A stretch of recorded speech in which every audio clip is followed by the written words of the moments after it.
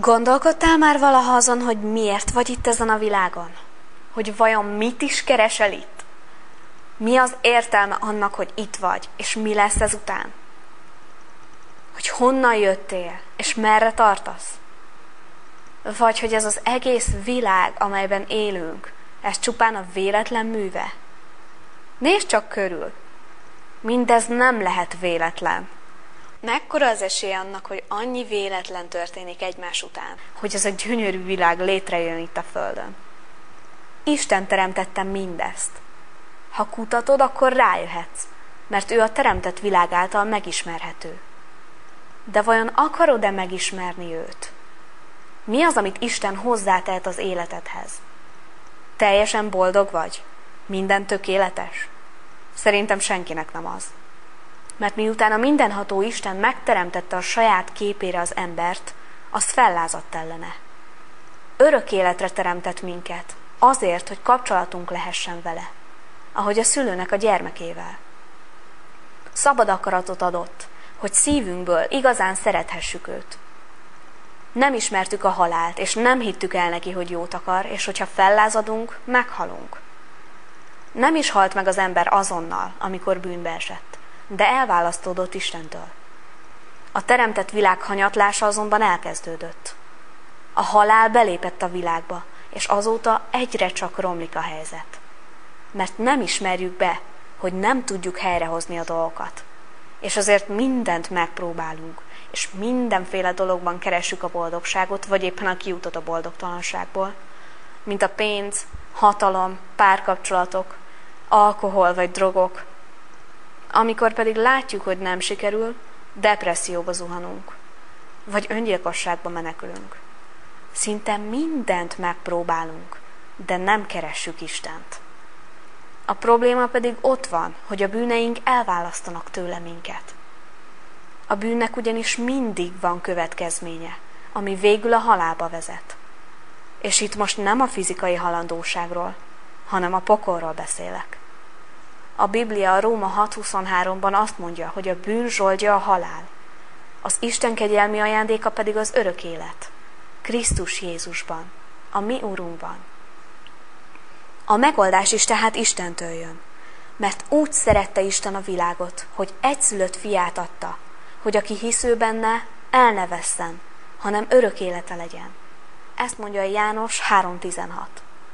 Mert Isten a szívünkbe írta az ő törvényét. Ismerjük a 10 parancsolatot. De mi úgy döntöttünk, hogy majd mi tudjuk, hogy mi a jó és mi a rossz, amire ma már azt mondjuk, hogy relatív. De ez valójában nem igaz. Isten törvénye a mérce, ami mindannyiunkban benne van. Hazudtál már valaha? Akár csak egy icipici dologban is, amit mondjuk kegyes hazugságnak hívsz. Szerintem életében mindenki csinált már ilyet. Vagy tettél már el valamit, ami nem volt a tiéd?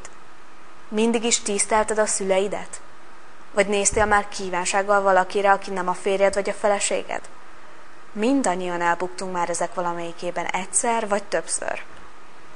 Isten pedig nem csak szerető, hanem igazságos is. Ezért meg kell ítélnie a bűnt. Az ítélet pedig az örök kárhozat a pokolban.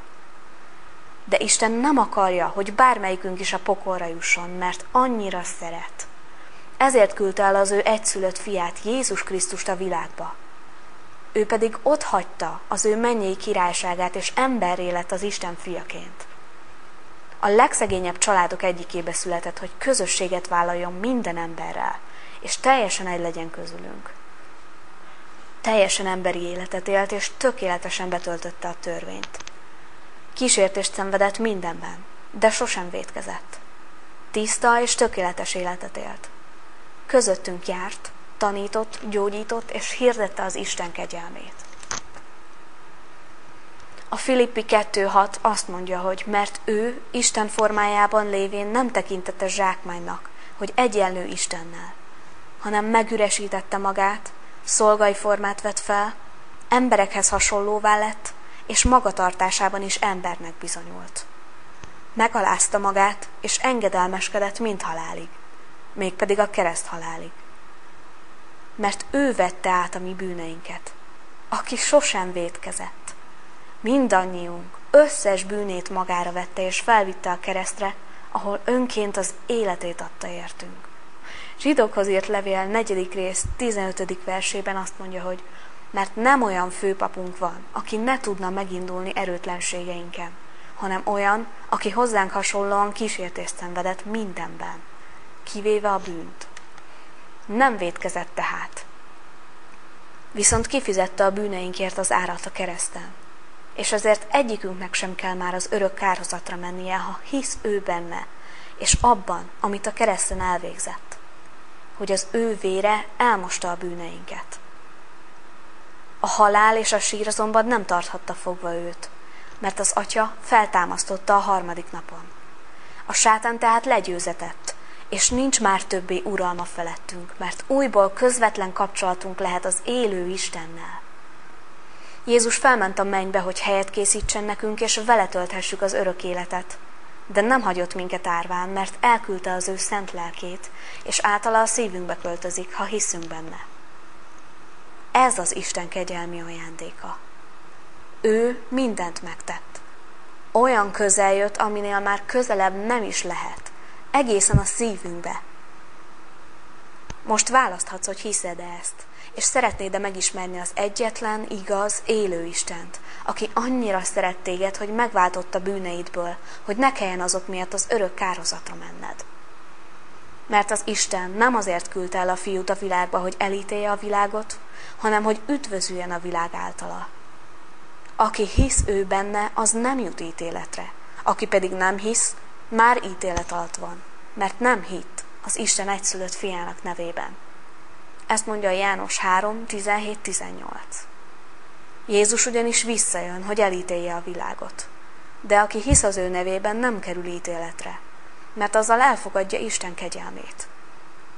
Azt mondja az ige, hogy ha tehát száddal Úrnak vallod Jézust, és szíveddel hiszed, hogy Isten feltámasztotta őt a halálból, akkor üdvözülsz. Aki pedig segítségül hívja az Úr nevét, üdvözül. Ezt mondja a Róma 10, 9 és 13. Hiszed ezt?